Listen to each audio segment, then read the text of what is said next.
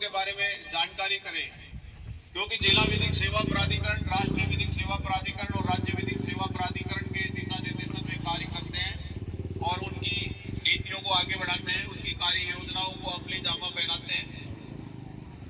हमारा काम है कि हम विधि की दृष्टि से सेवाएं प्रदान करें और साथ ही साथ हम विधिक जागरूकता और साक्षरता का भी अभियान चलाते हैं और समाज का कोई भी कमजोर और वंचित व्यक्ति न्याय प्राप्ति से वंचित नहीं हो, इसके लिए हम हमारे प्रयास सुनिश्चित करते हैं। मैं बात कर रहा था कानूनों की, उसी क्रम में मैं आपको बताना चाहूंगा कि सबसे पहले शिक्षा का मौलिक अधिकार हमारे ज्ञान की शक्ति है।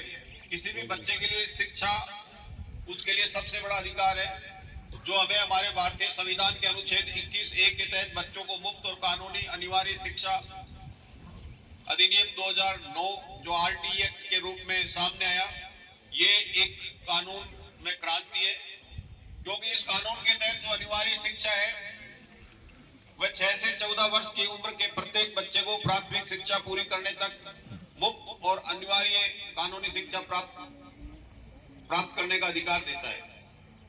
किसी भी बच्चे को स्कूल के प्रवेश में बाधा नहीं हो, यह सुनिश्चित करता है कि बच्चों की फीस, दस्तावेज की कमी या किसी भी प्रकार के भेदभाव के कारण उसे स्कूल में प्रवेश से वंचित नहीं किया जाए। और स्कूलों की जिम्मेदारी है यहाँ तक कि जो निजी स्कूल की भी समाज के आर्थिक रूप से कमजोर वर्ग के जो बच्चे हैं उनको 25% सीटें आरक्षित करना अनिवार्य है, जिससे समावेशी शिक्षा को बढ़ावा मिलता है।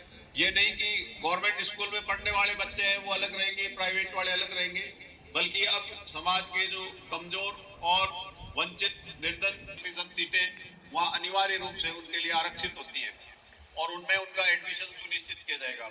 इस प्रकार ये कानून सिर्फ एक सुविधा नहीं बल्कि वह चाबी है जो हर बच्चे के लिए अवसर का ताला खोलती है। बाल श्रम का पूर्ण निषेध, बचपन की आजादी। बचपन काम करने के लिए नहीं बल्कि खेलने, सीखने और बढ़ने के लिए। हमारे संविधान के अनुच्छेद 24 के तहत 14 वर्ष से कम आयु के बच्चे को किसी भी खतरनाक काम में लगाने पर रोक लगाता है।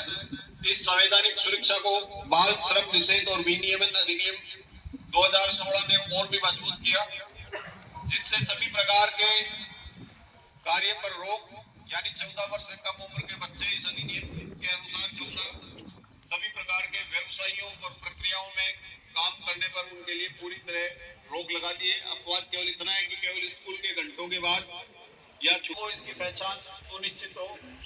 आप स्कूल में अव्वल आए, कक्षा में फर्स्ट आए, आपके सिर पर गुरुजन हाथ फेर रहे हैं, आपको पता लग जाता है कि ये स्पर्श हमें प्रेरणा और आशीर्वाद के लिए है। और वही यदि बैड टच हो तो उसकी इंटेंशन, उसका जो दुरास है वो आप तुरंत पहचान करें और उसके बारे में खुलकर बोले, बताएं। हमारे बीच में यहाँ विधि विशेषज्ञ और विधि वेत्ता बैठे हैं, हमारे लीगल एड डिफेंस काउंसिल के चीफ साहब भी बैठे हैं, आपको ऐसे कानूनों के बारे में और विस्तार से बताएंगे। मैं आपको संक्षेप में बताना चाहूंगा कि एक पोक्सो अधिनियम है जो लैंगिक अपराधों से बच्चों का संरक्षण अधिनियम 2012 का कानून है। इस अधिनियम में जो खास विशेषता वो ये है कि ये बच्चों के लिए एक अद्भुत सुरक्षा कवच का काम करता है। 18 वर्ष से कम आयु के बच्चे जो कि उनमें लड़का या लड़की कोई भी हो, उनको यौन अपराधों से बचाता है। पीड़ित केंद्रित न्याय ये कानून सुनिश्चित करता है कि न्याय प्रक्रिया के दौरान बच्चे के हित को सर्वोपरि रखा जाए। बच्चे को बार बार थाने या अदालत की प्रक्रियाओं से गुजरना नहीं पड़े, इसके लिए विशेष प्रावधान किए गए।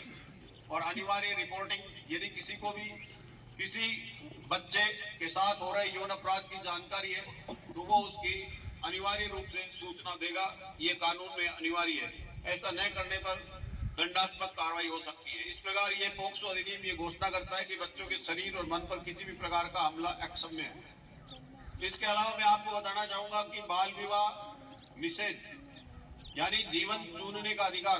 कम उम्र में विवाह एक अभिशाप है जो लड़कियों को शिक्षा और स्वास्थ्य के अवसरों से वंचित कर देता है। तो इस सामाजिक बुराई पर रोक लगाने के लिए भी बाल विवाह प्रतिषेध अधिनियम 2006 लागू किया गया है। और विवाह की जो कानूनी आयु है लड़के के लिए 21 वर्ष और लड़की के लिए 18 वर्ष निर्धारित की गई है। और इससे पहले किए गए किसी भी विवाह को गैर कानूनी घोषित किया जाता है। और ऐसे कानून में सख्त सजा के प्रावधान दिए गए हैं। इस कानून के तहत बाल विवाह आयोजित करने वाले, उसमें भाग लेने वाले या उसे बढ़ावा देने वाले सभी व्यक्तियों, माता पिता, पंडित, काजी, सभी के लिए कठोर सजा के प्रावधान किए गए हैं। हमारा ये संकल्प हो कि कानून हमें शक्ति देते हैं, लेकिन उन कानूनों को लागू करने की जिम्मेदारी हम सबकी है। माता पिता